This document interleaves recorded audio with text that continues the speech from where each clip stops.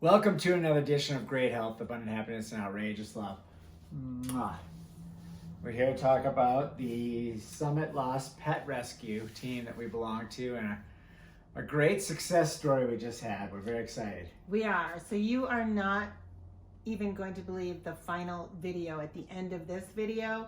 So please watch through the end. And, for us, every time I watch that video, I cry over and over, tears of joy. So real quick story, Easter morning, very early, I don't know, maybe 6 a.m., we got a notice of a lost boy on the trail in Dillon, Colorado, which is about a half an hour from where Jeffrey and I live, following a hike with his owner's son and the son's dog the night before.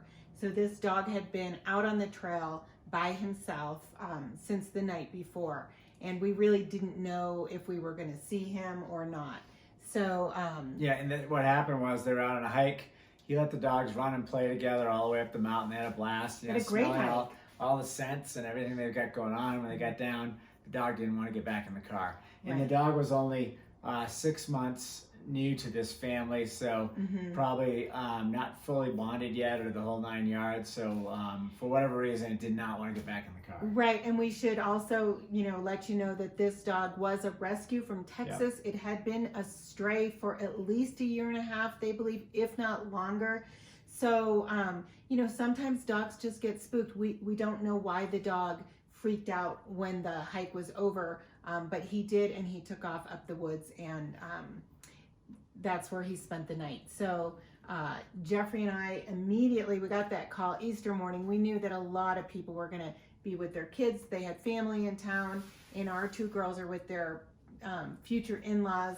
And so we thought there was really no better calling for us on Easter than to try to go help this dog and this family, be united. I mean, for us, that's what keeps me awake at night, when I know that there are animals out there that don't have a warm bed and food to sleep. That makes me sad.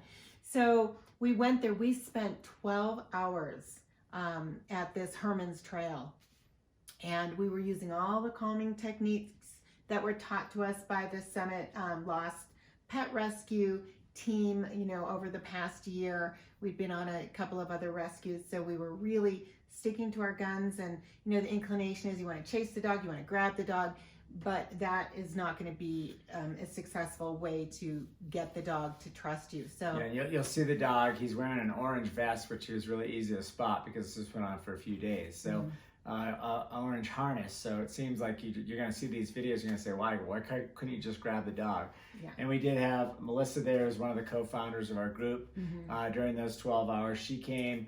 Other members of the team came, and as Karen said, calming techniques are, you don't look the dog in the eye, you kind of go up and you, with your back to them, and feed them with an open hand or toss the food to them.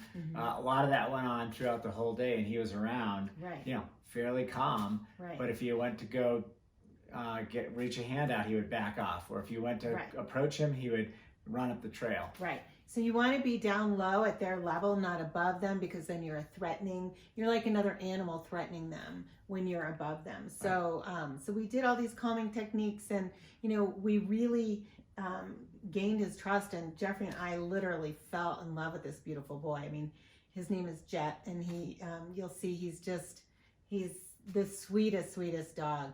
Anyway, we were unable to get our hands on him as close as we got. So for the next 2 days, Jeffrey and I went back to the trailhead, and just like Easter morning, just after 8 o'clock, he showed up there. We usually got there around 6:30, and we did a little hike trying to find him, no luck.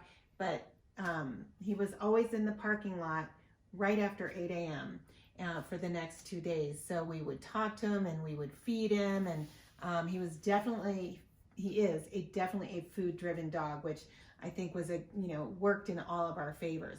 So day 3 for us on the mission, but his 4th day out, in this area. And I want to say that this is right along a highway stretch. So it was extremely stressful to leave him and come home at night. Jeffrey and I didn't sleep. We were just so worried about him, as I know his family was, and everybody on this Lost Pet Rescue team. We've got a dialogue going, and everybody was just rooting for for this dog to get home safely like we do every dog. So day 3 we went there and we set up a trap.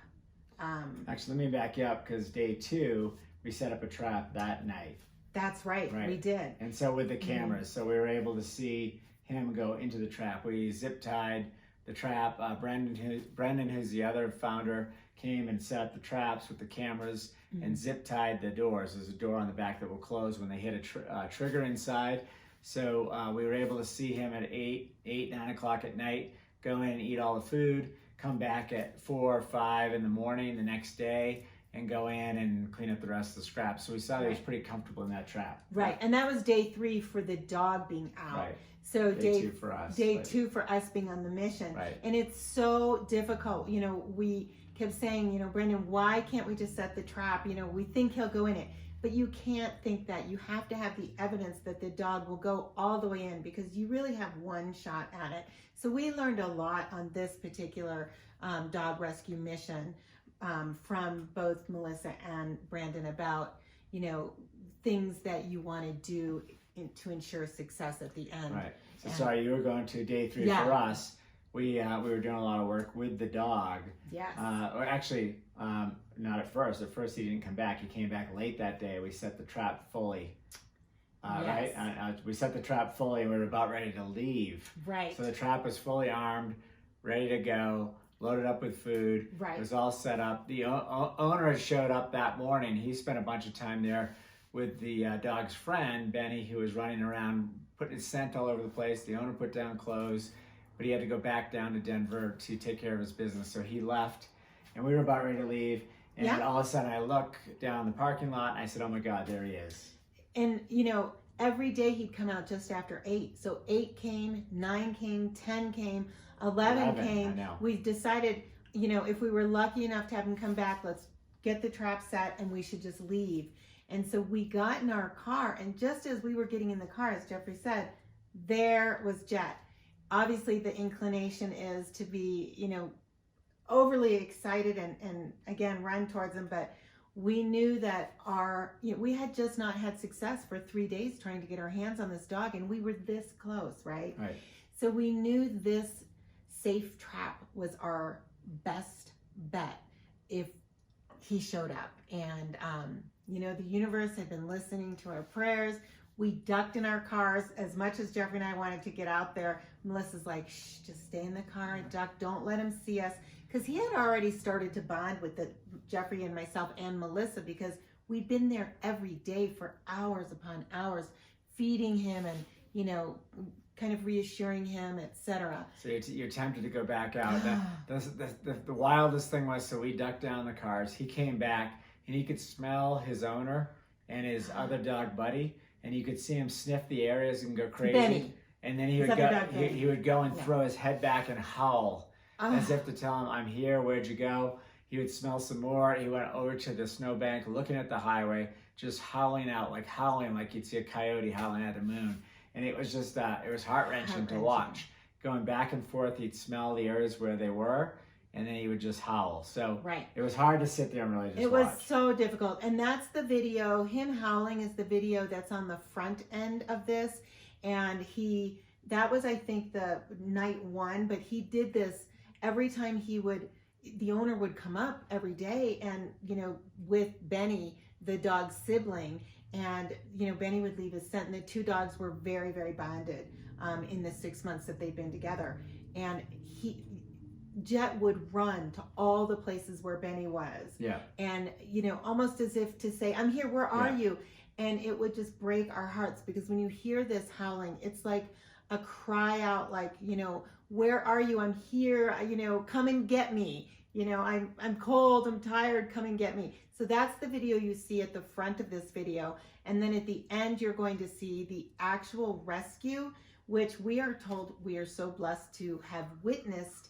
We set the trap at 11, and it was maybe 11:20, and Melissa and Jeffrey and I were all there, and you can hear at the end of this video, you'll hear us screaming, and we actually were crying because we were just so happy. Yeah, and when he got in the trap, when we went up to the trap, I can just tell you, I locked eyes with him, and he was happy to be caught, happy to be safe. And he calmed right down, and we ended up getting him in the Jeep and took him down to the Frisco Animal Shelter, and had the owner come back up, and the owner was able to put a leash on him, and he was just like a normal dog again, walking with his buddy, and they were going back and forth and going out to the bathroom, got in the car like two normal dogs, and they were able to drive home. So this is just a great success story. Oh my gosh, yeah. And this video, you're going to want to watch it over and over, the end piece. You're going to want to send it out to people and share it with them, because it's such a feel good. We need to share these feel good stories, you know, with so much going on in the world, and people trying to divide and put all these divisions, you know. This is just such a great reminder that we're all here to help each other, to unite and to be united in life and love. And there's no line when you help somebody from the heart. There's no division, there's no line. We're all one. And it's a beautiful story, and we are so proud and honored to be volunteers.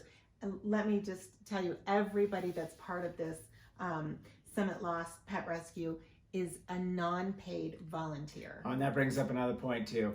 We told the team that we want to put this video out there. We're going to put the link to the website. You can go on the website and donate.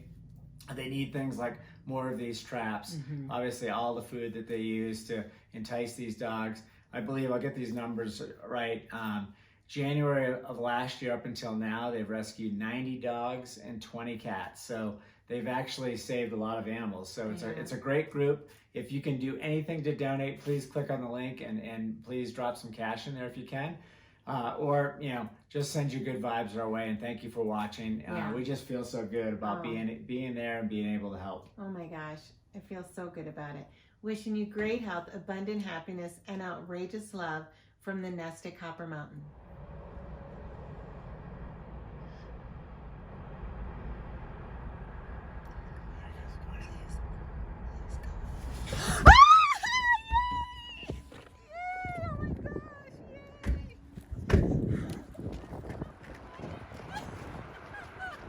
I love you guys.